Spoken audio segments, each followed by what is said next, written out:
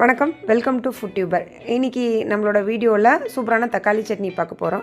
இதுக்கு தேவையான அளவு தக்காளி எடுத்துக்கோங்க. பெருசாக இருந்தால் 2, சின்னதாக இருந்தால் ஒரு 4, ஒரு 4-5 சின்ன வெங்காயம், ஒரு 4-5 பல் பூண்டு, கொஞ்சம் கொத்தமல்லி, அதுக்கப்புறம் தேவையான அளவு மிளகா. இந்த மிளகா காரத்தை பொறுத்து நீங்கள் வர மிளகா எடுத்துக்கோங்க.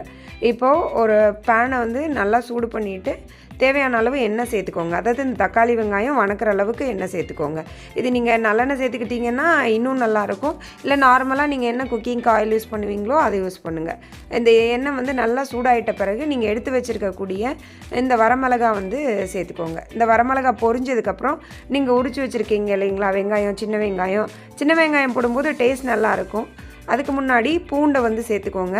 பூண்டு வணங்கினதுக்கப்புறம் நீங்கள் எடுத்து வச்சுருக்கிற சின்ன வெங்காயத்தை சேர்த்திக்கோங்க.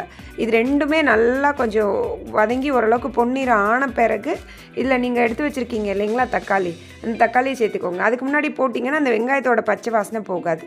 இப்போது நீங்கள் நறுக்கி வச்சுருக்கிற தக்காளி போட்டு நல்லா வணக்கிடுங்க.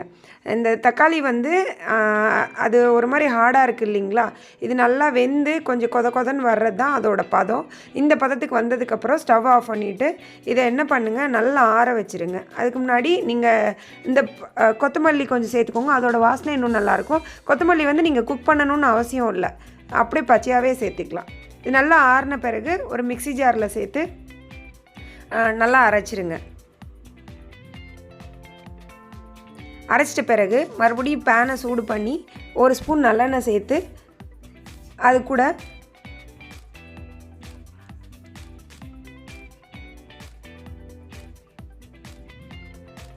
கொஞ்சம் கடுகு, அந்த கடுகு நல்லா பொரிஞ்சதுக்கப்புறம் கொஞ்சம் உளுத்தம்பருப்பு 2 போட்டு நல்லா தாளித்ததுக்கப்புறம் நீங்கள் அரைச்சி வச்சுருக்கீங்களா சட்னி, உப்பு சேர்த்து அரைச்சிக்கோங்க.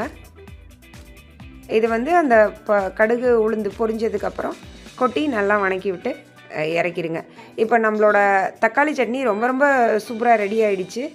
நீங்களும் ட்ரை பண்ணி பாருங்கள். தக்காளி சட்னி பிடிக்கிறவங்களுக்கு இது ரொம்ப பிடிக்கும். சிம்பிளான விஷயந்தான், ஈஸியாக ரெடி பண்ணலாம். தோசையை விட இட்லிக்கு இன்னும் இது ரொம்ப சூப்பராக இருக்கும். நீங்களும் ட்ரை பண்ணி பாருங்கள். இந்த வீடியோ பிடிச்சிருந்தால் லைக் பண்ணுங்கள். Thank you very much.